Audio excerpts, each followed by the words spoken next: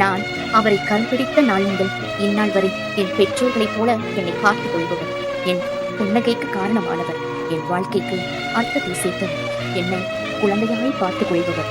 அவரை என் வாழ்க்கையில் கணவனாக நான் அடைந்தது கடவுள் தந்த வறுமை. இவ்வாழ்க்கையில் அவருக்கு நான் மனைவியாக அமைந்தது நான் செய்த புண்ணியமே. இறைவா.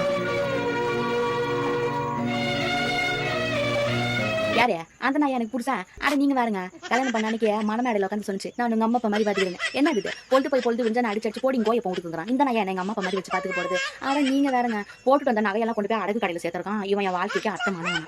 நீங்க வேற, நான் சிரிச்சாலும் நாளுக்கு பிடிக்காது. இங்க பாரு, டாஸ்மாக் கடையில போயிட்டு வந்து அடிச்சு மூஞ்செல்லாம் அப்படி குழச்சு வச்சிருக்கு. இதுவா புள்ளைக்கு 5 ரூபா பிஸ்கெட் வாங்கிறதுக்கு துப்பு கிடையாது. இந்த நாய்க்கு டாஸ்மாக் காண்டே உண்டு கிடக்குது. இந்த நான் என் பிள்ளைங்களை பாத்துக்க போகுது. ஆனா நீங்க பாருங்க, என்ன பாவம் பண்ணி கழிச்சன் தரல, ஏழை வந்து என் தள்ள கட்டி வச்சிட்டாங்க. நான் எங்கேயோ போய் மகாராணி கணக்கா வாழ வேண்டியவா சனி கிட்ட வந்து மாட்டிக்கிட்டு என் வாழ்க்கையை சாபமாக போய் கிடக்குதான். இது வந்து அமைஞ்சதா என் வாழ்க்கையில நல்லதுன்னு நினைக்கிறீங்க? சனியா டாஸ்மாக்லயே உண்டு கிடக்குது. ஊட்டாண்ட வந்துருவான்.